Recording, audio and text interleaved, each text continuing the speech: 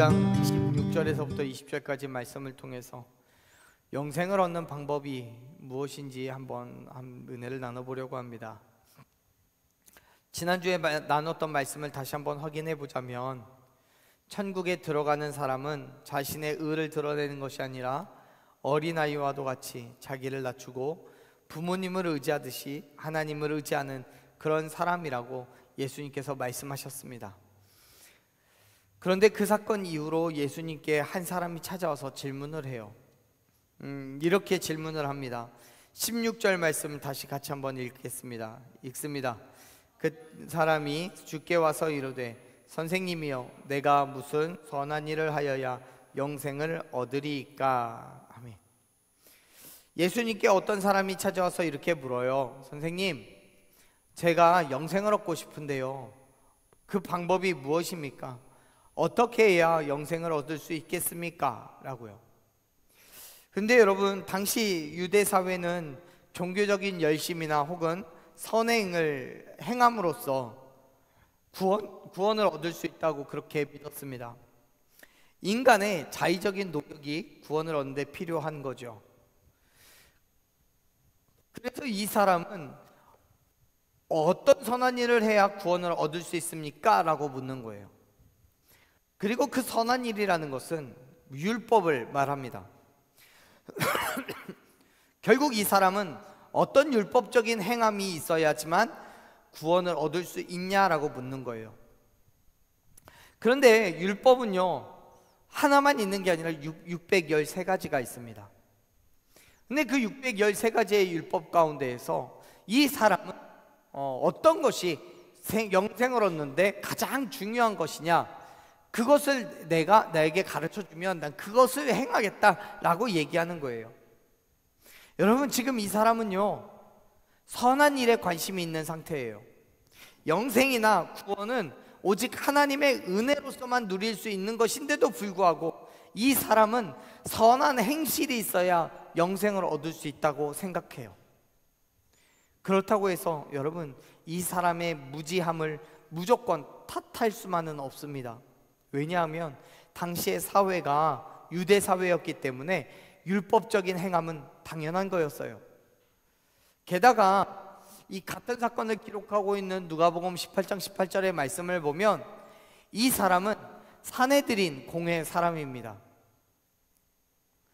그 말은 이 사람이 예수님을 찾아온다는 건 대단한 용기와 결단을 필요로 하는 일이었다는 거예요. 즉, 이 사람은 예수님을 시험하고 정죄하려는 바리새인들과는 다르게 영생에 대한 진지한 고민을 가지고 다른 사람들의 핍박을 무릅쓰면서 예수님께 나왔어요.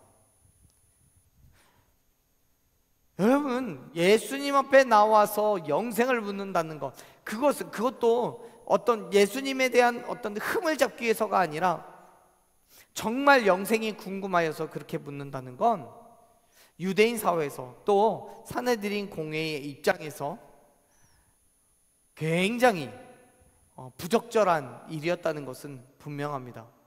왜냐하면 예수님을 죽이려고 했던 사람들이 그 사람들이에요. 예수님을 정죄하려고 했던 사람들이 그 사람이에요. 예수님을 신성 모독자라고 낙인을 찍고 예수님을 징계하려고 했던 사람들이었어요. 그런데 그 사람에게 나와서 영생이 뭐냐고 묻는다는 거예요. 당신은 영생에 대해서 알죠? 라고 묻는다는 거예요. 그거는 그 공동체에서 박탈당할, 퇴출당할 그런 위험까지도 무릅쓰고 있는 거예요. 사랑하는 여러분, 이 사람은요, 그럼에도 불구하고 어떤 행함을 통해야지만 구원을 얻을 수 있냐고 묻고 있습니다. 어쩌면 우리도 크게 다르지 않을 수 있어요. 교회를 다니는 것이, 예배를 하고 기도하는 그 목적이 구원에만 있다면 말이죠. 여러분, 오해하지 마세요. 우리가 교회 다닐 필요가 없다고 말하는 것이 아닙니다. 예배하고 기도하는 것이 의미가 없다고 말하는 게 아니에요. 그것은 그리스도인이 행해야 될 일인 것은 분명합니다. 그런데 여러분, 순서가 바뀌면 안 되죠. 구원을 얻기 위해서 예배하는 것이 아니라 구원을 받았기 때문에 예배하는 거예요. 기도해야지만 구원을 얻는 게 아니고요, 구원을 받았기 때문에 기도를 하는 거예요. 그런데 많은 사람들이 어떤 행함으로 구원을 얻는다라고 착각을 하고요, 그래서 삶의 변화는 없이 구원을 목적으로 예배하고 기도하고 여러 모양의 믿음의 삶을 살아가는 거예요. 사랑하는 여러분, 사도 바울은요, 로마서 3장 20절에서 우리에게 분명하게 선언했습니다. 뭐라고요? 율법의 행위로는 하나님 앞에서 의롭다라고 여김을 받을 사람이 아무도 없다고요. 그렇습니다. 이 땅의 그 누구도 행위로는 구원을 받지 못한다는 사실을 믿으시길 바랍니다. 구원의 유일한 조건은 뭐예요? 구원의 유일한 조건이요, 그건 믿음이에요. 예수 그리스도의 죽으심과 부활하심을 믿음으로써 우리가 구원을 얻을 수 있음을 여러분 믿으시길 바랍니다. 예수님께서는 자신의 행함에 집중하고 있는 이 사람에게 이렇게 대답을 하셔요. 17절 말씀 읽습니다. 예수께서 이르시되 오직 한 분이시니라 내가 계명들을 지키라. 아멘. 예수님의 대답은 당시 사람들이 보편적인 구원관에 대한 도전과도 같았습니다. 왜냐하면 선한 행실로 구원을 얻을 수 있다는 당시의 구원관에 인간이 어떻게 선한 일을 행할 수 있느냐, 오직 선한 사람은 한 사람뿐이다 라고만 이야기하고 있기 때문에 그래요. 즉 선의 기준을 자신의 행함에서 찾고 있었던 당시 사람들에게 예수님은 그 선의 기준이 오직 누구에게 있다고 말해요? 선의 기준이 어디에 있다고요? 하나님께만 있다고요. 하나님만이 선하시다는 거예요. 그 말은 우리가 진짜 선하다라고 인정을 받으려면 하나님처럼 살아야 된다는 거예요. 그래서 말씀하시죠. 생명에 들어가려면 계명을 지켜야 된다고요. 하나님처럼 살아간다는 건 그의 계명을 지킨다는 거예요. 근데 이 말씀이 정말 그렇다라는 얘기가 아니라 인간의 힘과 능력으로는 모든 계명을 온전히 지키는 것이 불가능하기 때문에 그렇게 해서는 절대로 영생을 얻을 수 없다라고 역설적으로 이야기하는 거예요. 즉 다시 한번 이야기를 해볼게요. 17절의 말씀을 제대로 이야기를 하자면 너희는 어떻게 해서 선한 일이 뭐냐고 내게 묻니? 계명을 다 지켜 행하는 것, 온전히 지켜 행하는 것이 선한 일인데 그거는 하나님만 하실 수 있는 거예요. 하나님만 하실 수 있는 걸 너희들이 하겠다라고, 그거는 본질적으로 불가능한 거예요. 왜? 너희는 하나님이 아니니까. 그렇습니다. 여러분, 우리는 결코 행함으로 구원을 얻을 수가 없어요. 그렇기 때문에 조금 전에 말씀드린 것처럼 교회를 다니는 것으로 예배하고 기도하고 찬양하고 그러는 것이 우리가 구원을 얻는 구원의 조건이 될 수 없다는 거예요. 그것은 구원 받았기 때문에 기쁨과 감사로 행하는 거예요. 즉 우리가 예배하는 것, 기도하는 것, 찬양하는 것, 그 모든 것들은 구원받은 것에 대한 결과인 거지 구원을 얻기 위한 행함이 아니에요. 구원은 예수 그리스도를 인정하고 받아들였을 때 주시는 하나님의 선물임을 믿으시길 바랍니다. 예수님께 나온 이 사람은요, 구원의 유일한 조건인 예수님이 그의 눈앞에 있었지만 깨닫지 못했어요. 그래서 자신의 행함에만 집중하고 있었던 거예요. 예수님께서 구원의 조건이 그런 게 아니라고, 사람은 하나님의 계명을 지킬 수 없다고 말씀하시는데 오히려 생명에 들어갈 수 있는 계명이 뭐냐고 물어봐요. 영생을 얻을 수 있는 계명이 뭐냐고 물어요. 18절을 보면 그렇게 이야기하죠. 18절요. 한번 읽어보겠습니다. 자 보세요. 예수님께서 17절에서 계명을 다 지키라고 얘기하니까 이 사람은 그래요, 알겠어요. 그러면 어떤 계명을 지켜야 됩니까? 라고 물어요. 이 사람은 자기 나름대로 지금까지 거의 모든 계명을 성실하게 지켜왔다라고 생각했기 때문에 혹시라도 내가 잊어버리고 혹시 몰라서 놓친 게 있을까 싶어 묻는 거예요. 그러자 예수님께서는 하나님께서 가르쳐 주신 계명을 다시 이야기해 줘요. 18절 이어서 같이 읽어봅니다. 살인하지 말라, 간음하지 말라. 19절도 읽습니다. 내 부모를 공경하라, 내 이웃을 내 자신과 같이 사랑하라 하신 것이니라. 아멘. 여러분, 우리도 이미 알고 있지만요, 이 계명들은 뭐예요?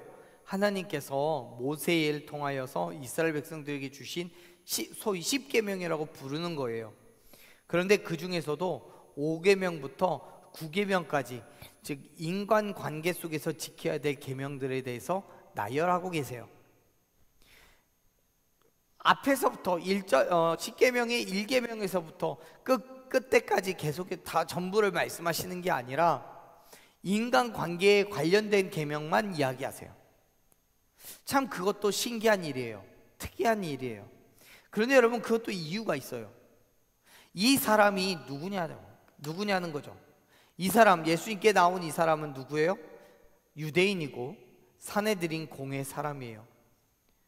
다시 말해서 당시의 유대인으로서 또 율법주의자로서 하나님께 대해서는 누구보다도 철저하게 계명을 지켜왔다고 자부하는 사람들이에요. 그런데 반면 인간관계를 위한 계명은 소홀했던 거죠.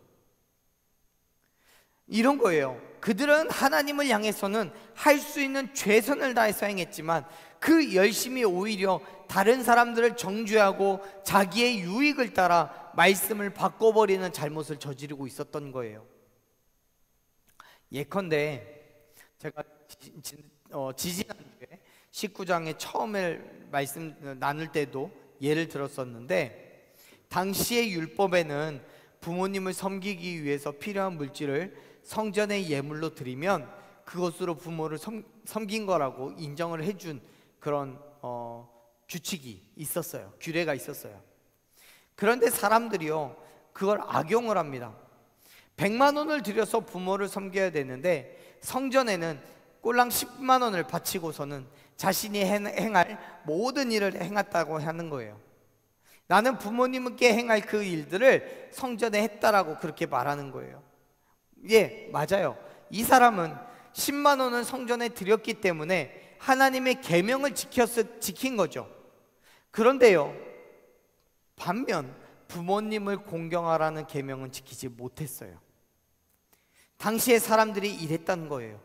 구원을 받아야 했기 때문에 하나님과 관련된 계명은 철저하게 지키면서도 인간관계를 위한 계명은요, 나몰라라 하고 있었던 거예요. 그렇기 때문에 예수님께서는 18절과 19절에서 인간관계에 관한 계명만 언급하시는 거죠. 그런데 이러한 예수님의 의도를 이해하지 못하고 이 청년은요, 또 묻습니다. 20절 말씀인데요, 20절 말씀 읽어보겠습니다. 그 청년이 이르되 이 모든 것을, 아멘. 이 청년은요, 자기가 모든 계명을 다 지켜 행했다고 고백합니다. 그리고는 뭘 더 해야 되냐라고 묻죠. 정말 궁금해서 묻는 거예요. 아마도 이 청년은요, 그동안 자신의 삶을 통해서 지켜 행하지 못한 율법은 하나도 없다라고 생각했을 거예요. 특히 10계명이라고 분류되는 18절과 19절에 예수님께서 말씀하신 이 계명도요, 어쩌면 이 청년은 다 지켜 행했다고 생각하고 있었을 거예요. 그런데 예수님께서는 뭔가 부족한 것처럼 말씀하시니까 다시 물어본 거예요. 내가 뭘 더 해야 되냐고요. 여러분, 여전히 이 청년은 자신의 행함으로 구원을 얻는다고 생각하고 있습니다. 그렇기 때문에 예수님께서 말씀하신 그 계명에 대한 본질적인 의미를 파악하지 못하고 그 중에서 내가 지켜 행하지 못한 게 뭐냐라고 묻고 있는 거예요. 사랑하는 여러분, 다시 한번 말씀드리지만 행함은 구원을 행함으로는 얻을 수가 없습니다. 왜냐하면 아담과 하와가 선악과를 먹음으로써 죄인이 된 우리 인간은요, 하나님의 계명을 본질상으로 제대로 지킬 수가 없기 때문에 그래요.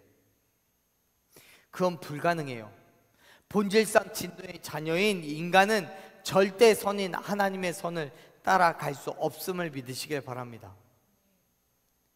예수님께서는 뭘 더 지키면 되느냐는 청년의 질문에 이렇게 대답하셔요. 21절 말씀 같이 읽어봅니다. 21절 예수께서 이르시되 내가 온전하고자 할진대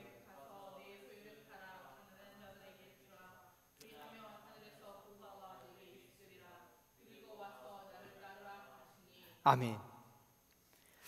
모든 율법을 다 지켜 행했다는 청년에게 예수님께서는 내가 영생을 얻는데 부족함이 없으려면 소유를 다 팔아서 가난한 자들에게 주어라 라고 명령하셔요. 여러분, 우리가 이 말씀을 잘못 이해하면 다른 율법적인 행함 말고 소유를 팔아서 가난한 자들에게 주는 행함이 필요하다는 것처럼 받아들일 수 있어요. 그리고 지금 내가 가지고 있는 거 다 팔아서 가난한 자들에게 주고 교회에 헌금하고 이렇게 쓰라는 의도로 비춰줄 수 있습니다.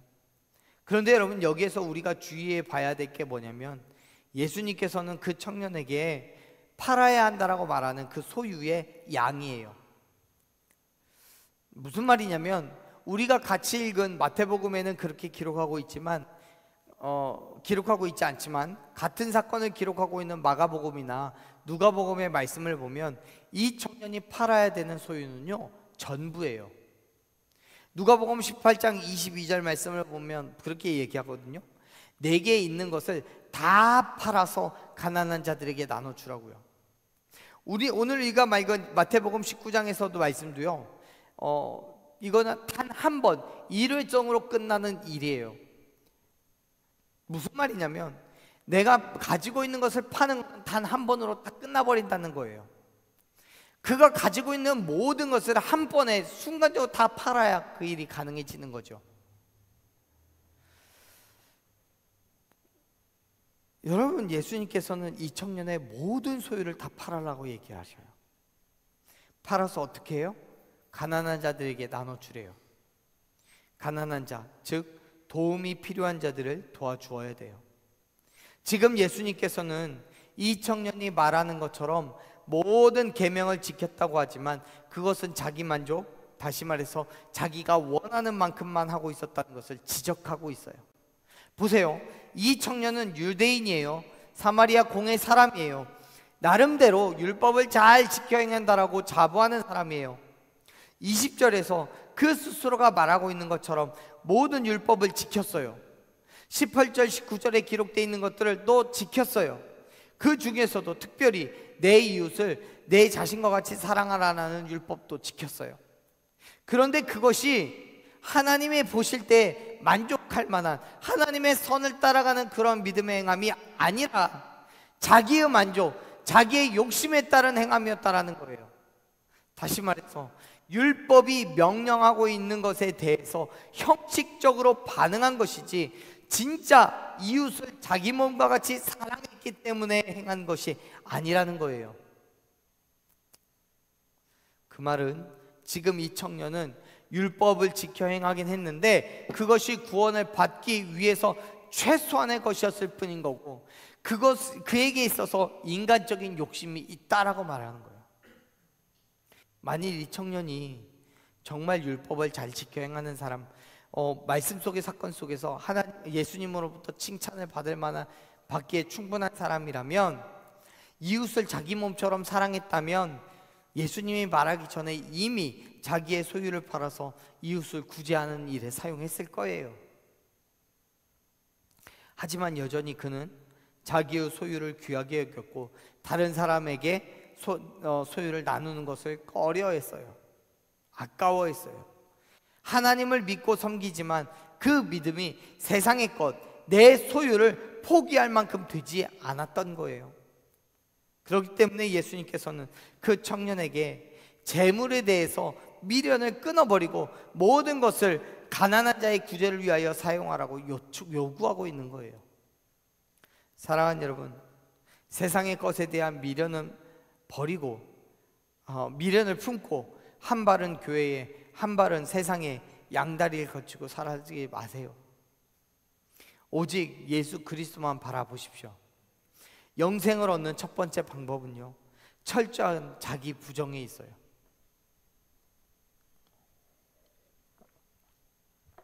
예수님을 믿는다는 것, 그것은 내 인생의 주인이 예수님이라는 사실을 인정하는 겁니다. 예수님이 주인이 된다는 건 예수님 앞에 섰을 때 나는 뭐라는 거예요? 종이라는 거예요. 여러분, 종에게 자기의 소유가 있습니까? 없어요. 종은 자기의 소유를 가질 수가 없습니다. 그런데 이 땅의 많은 그리스도인들이 예수님을 믿고 내 삶의 주인이라고 고백하면서도 나의 주인, 나의 소유를 내어놓는 것을 주저합니다. 하나님의 것을 내 것이라고 착각을 하고 있습니다. 예수님을 믿기 전이라면 내가 내 삶의 주인이라고 말하면서 내가 원하는 대로 살 수 있겠죠. 내 소유를 구해야 되고 내 뜻을 이루며 살 것입니다.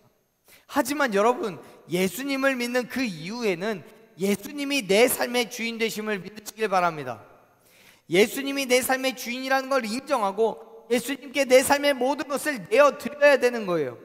내 삶의 전부를 드리고 내 소유의 전부를 드려요. 그렇게 우리의 삶의 변화가 있어야 돼요. 내 생각이 바뀌어야 되고 생활이 바뀌고 삶에 살아가는 방식도 바뀌어야 돼요. 우리의 가치관도 물론 바뀌어야 돼요.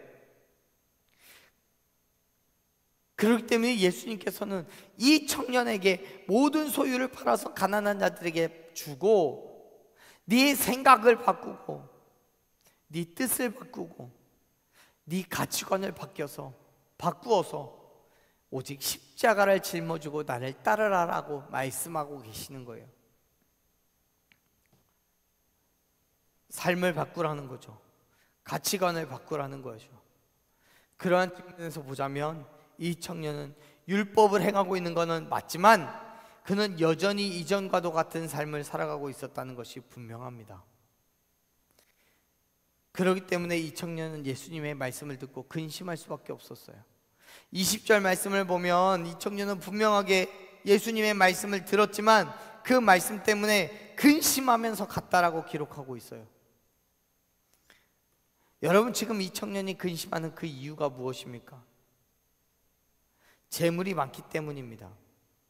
그런데 그 재물이 많기 때문에 이걸 언제 다 팔아서 구제를 하나 싶어 걱정하는 게 아니에요. 자신의 소유를 내놓아야 하는 그것 때문에 걱정하는 거예요. 재산이 많았던 그로서는 이 예수님의 말씀을 받아들이기가 쉽지 않았던 거지요.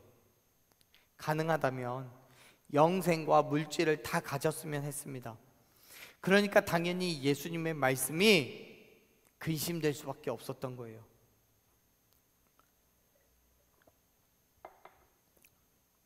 우리는 흔히 그런 생각을 합니다. 교회를 다니면 번 돈을 다 헌금하고 피곤하면 시간 내서 예배를 드리는 것이 우리에게 무슨 유익이 있는지 모르겠다고요.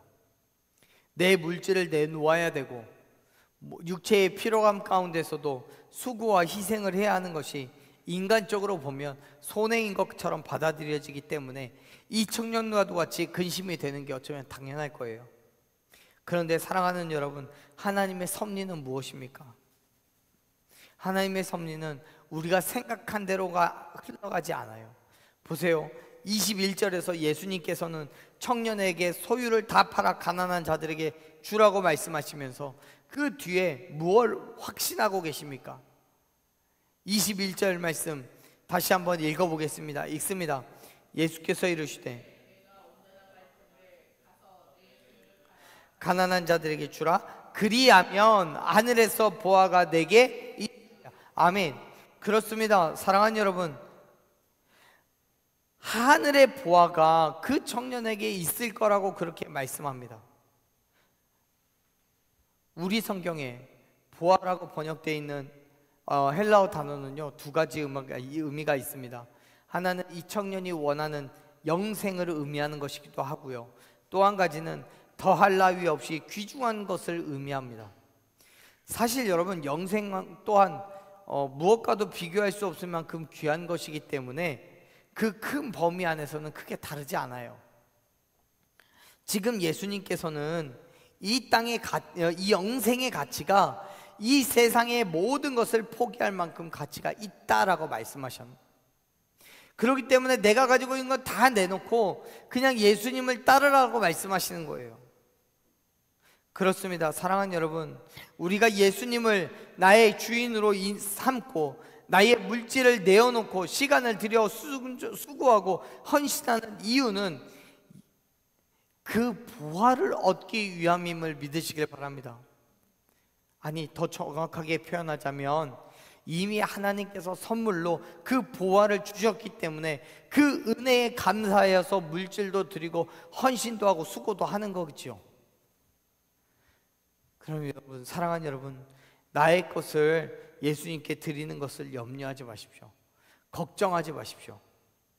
무엇보다도 우리의 인간의 눈으로 볼 때에는 내 소유가 사라지는 것 같겠지만 하나님의 섭리는요, 내가 드린 것보다 10배, 100배, 1000배, 10,000배의 것으로 채워주실 것을 믿으시길 바랍니다. 무엇보다도 하늘의 부활을 허락해 주심을 믿으시길 바랍니다. 그렇게 예수님을 따라가는 것이 진짜 그리스도인의 삶인 거예요. 그렇게 우리는 하나님께서 주시는 영생을 얻을 수 있음을 믿으시길 바랍니다. 사랑하는 여러분, 예수님을 내 삶의 주인으로 인정하십시오. 그리고 그 예수님의 말씀에 온전히 순종하는 저와 여러분 되기를 간절히 축원합니다. 영생을 얻는 방법은요, 오직 예수 그리스도의 죽으심과 부활하심을 믿음으로써 그가 원하시는 그 믿음의 삶을 살아가는 것에 있음을 믿으시길 바랍니다. 그리고 그 믿음으로 이 땅에 온전한 그리스도인의 삶을 결단하고 살아감으로써 진정으로 영생을 얻는 저와 여러분이 되기를 간절히 축원합니다.